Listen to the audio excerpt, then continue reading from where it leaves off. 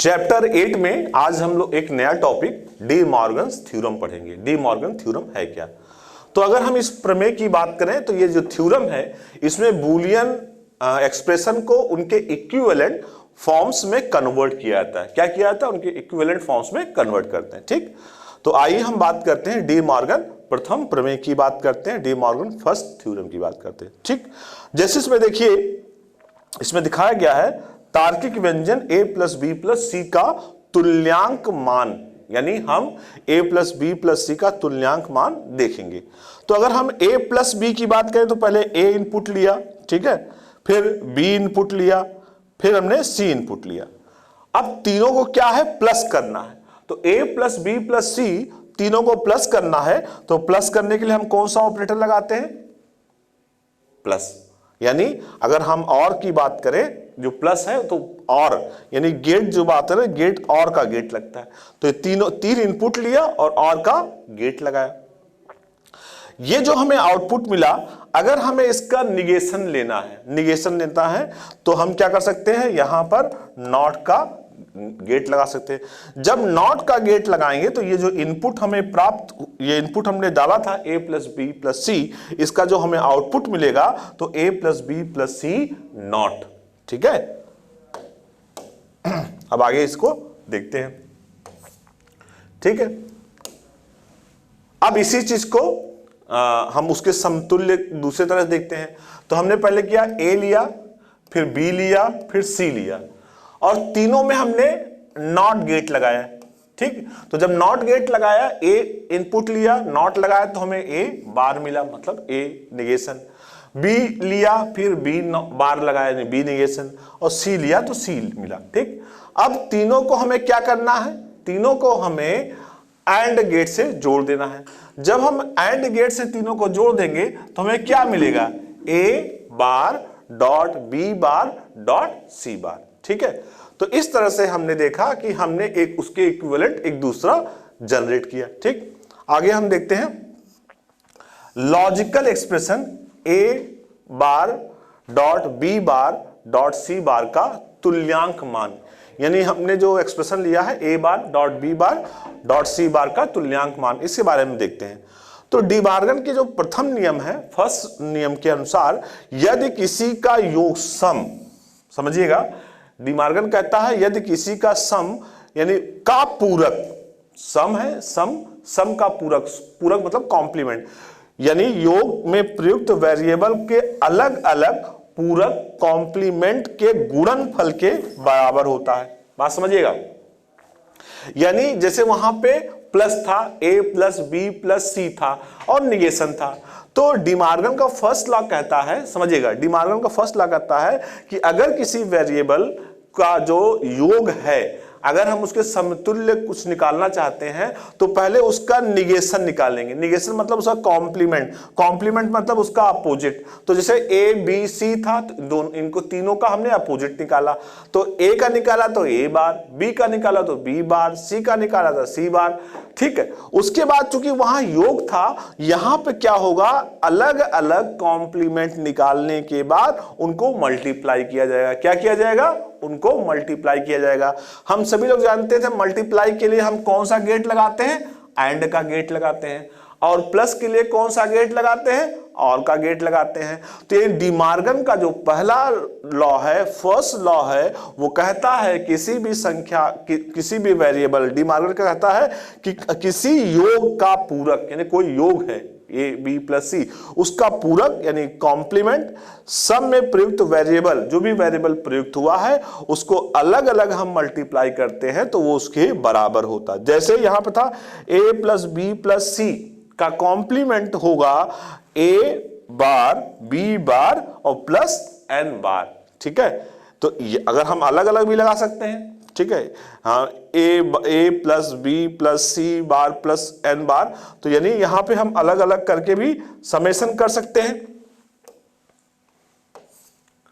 ठीक है, तो उसको हम समेशन कर सकते हैं, तो वो जो समेशन होगा वो उसके बराबर होगा। अब आइए हम दूसरे की बात कर लेते हैं, डी मॉर्गन का सेकेंड लॉ, वो तो फर्स्ट लॉ था, ठीक है। फर्स्ट लॉ क्या करता है कि अलग अलग वेरिएबल को निगेशन निकाल लीजिए, उसका मल्टीप्लिकेशन कर लीजिए। अब डी मॉर्गन का द्वितीय नियम सेकंड लॉ कहता है, इस लॉ के अनुसार किसी गुणनफल यानी कोई भी जो भी मल्टीप्लिकेशन का पूरक कॉम्प्लीमेंट होगा, मतलब मल्टीप्लिकेशन का पूरक यानी उसका कॉम्प्लीमेंट वेरिएबल के अलग अलग पूरक के योग के बराबर होता है, यानी वो जस्ट अपोजिट हो गया। यानी यहां पहले क्या होगा कि पहले जो गुणनफल है, गुणनफल का पूरक जो भी वेरिएबल है उसके अलग अलग कॉम्प्लीमेंट के सम के बराबर होता है। मतलब ये देखिए, जैसे ये बात कर रहे थे यहां पे a dot b dot c and negation, ठीक है। तो इसको इन्होंने क्या कर दिया, इसको इन्होंने कर दिया a प्लस b बार और n बार। फर्स्ट लॉ करता था कि भाई अलग अलग है, प्लस है तो उसको अलग अलग हम मल्टीप्लाई कर सकते हैं।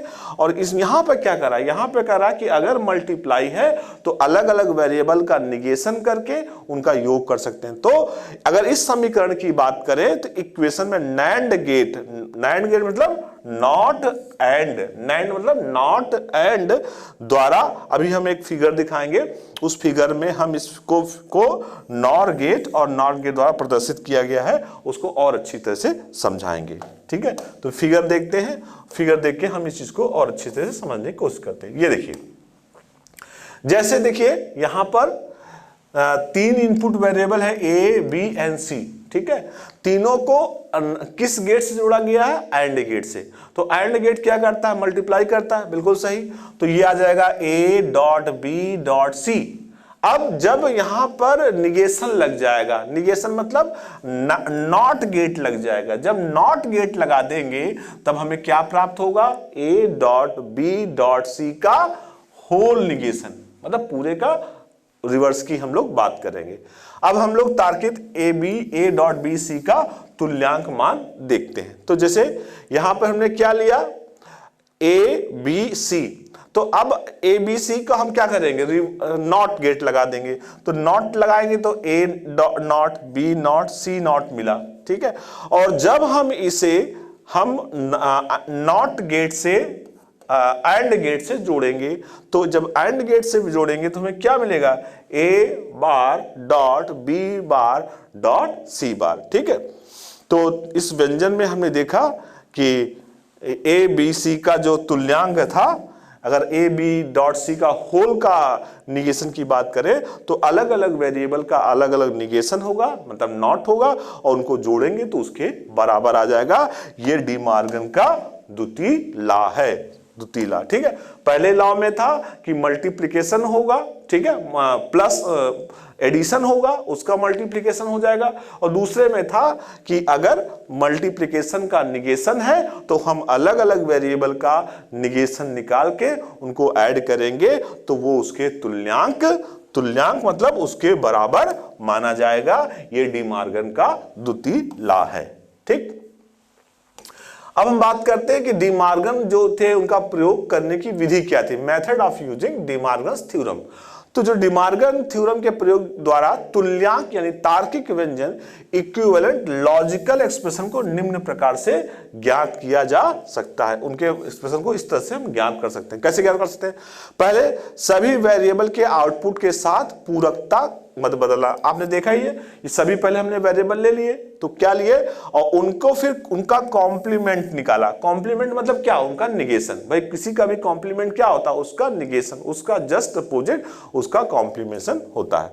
फिर सभी एंड गेट को और गेट में परिवर्तित किया। दूसरा क्या था, जो एंड गेट था उसको हमने और गेट में किया।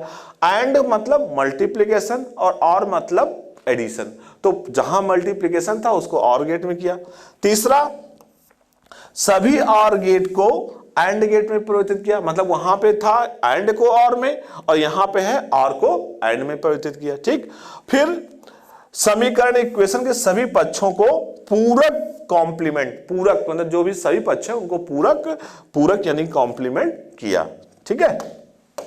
तो समझ बात आ रही ना कि पहले वेरिएबल को अलग अलग लेंगे, फिर उनका निगेशन करेंगे, फिर उनका जो निगेशन करने के बाद उनको अलग अलग हम कंप्यूट करेंगे, चाहे हम एडिशन की बात करें और चाहे मल्टीप्लिकेशन की बात करें।